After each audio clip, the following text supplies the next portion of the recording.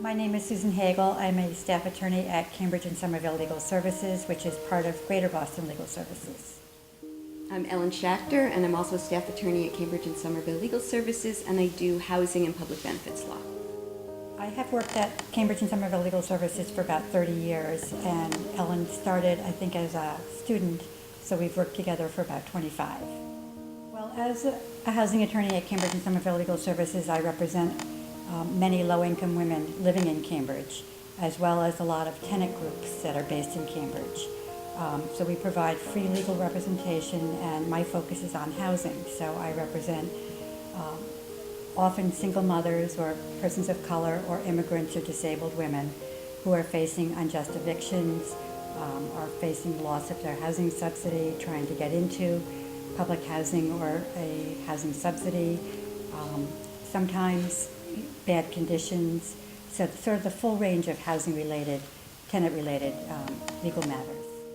So I actually was a resident of Cambridge before I even got to Cambridge and Somerville Legal Services. So I've lived here since 1984 now.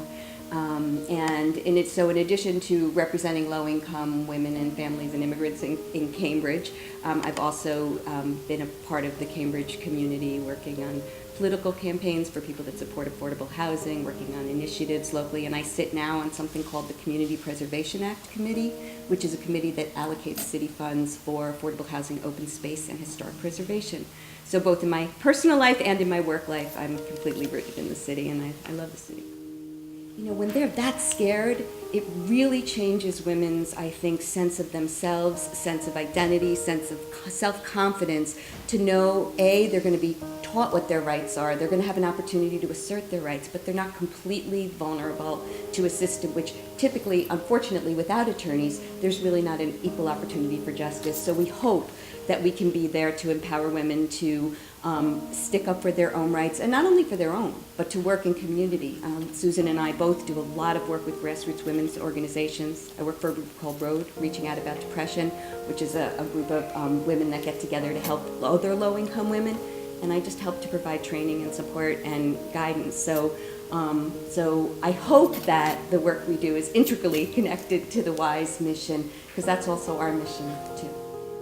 I think the Cambridge YWCA provides a critical need in terms of its housing component, that it provides many low-income, vulnerable, disabled women with stable housing that's stable as well as affordable, and that without the Y, these people would not have any housing in Cambridge. Well, to be honest, I was very shocked to have received a phone call to say that I would be honored by the YWCA, and I really, really appreciate the recognition of the work that I've been doing for the last 30 years.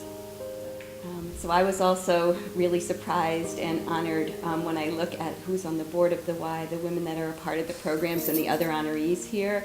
I just feel really grateful to be a part of that group, and especially honored to be, I'm especially glad to be able to share this honor with my colleague of 25 years.